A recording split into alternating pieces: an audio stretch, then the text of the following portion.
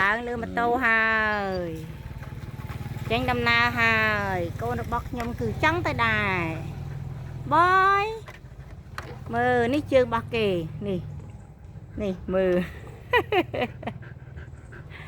ចេះតែប៉ុណ្្នឹងទេឆ្កែខ្ញុំនេះឯងឡើងឲ្យទៅណាទម្លាប់គឺគាត់តាមរហូតនេះឥឡូវនេះមើលចេះឯងអត់តន់ចេះធ្វើមិនបានទីនេះចេះតែប៉ុណ្្នឹង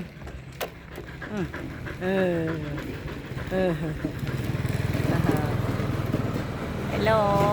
តាអូនពេញគេដំណើរណាកូនបើមើលគួយស្រួលបួម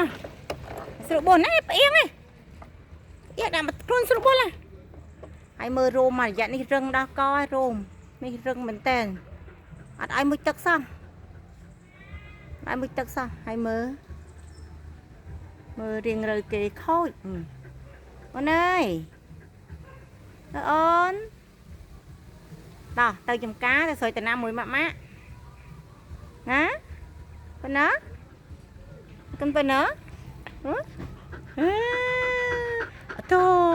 នអាកូនម៉ាក់គួរអីឆ្លាញ់ណាស់វើយអូនឃើញមុខអូនណានេះឃើញទេអូនឃើញមុខអូននេះកូនឃើញអត់ឃើញអត់កូនមុខកូនណានេះមុខកូននៅកាមេរ៉ាមុខកូនណា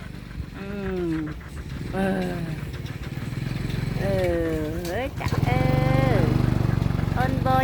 យកុំហូចអូនបយកូនឆ្លាតចេះណាំងបាយអើយកូនឆ្កែណាគេហ្នឹងអូកូនឆ្កែណាគេបាយហ៎កូនឆ្កែណាគេចេះចឹងវិញហ៎កូនណាគេកូនណាគេមើលមួយជើងនេះមកនៅលើខ្ញុំចេះឯងនេះគួយតោងលើផ្លូវចេះឯងឈរអត់នឹងទេឈរមិននឹងសោះឈរលើម៉ូតូអត់នឹងតតែសោះអកឲ្យកូនខ្ញុំដាក់ជើងស្រួលបួលអូនតោះបាយចាបាយសូមជួយ like ជួយ subscribe ឆានែលខ្ញុំមួយផងអរគុណបាទ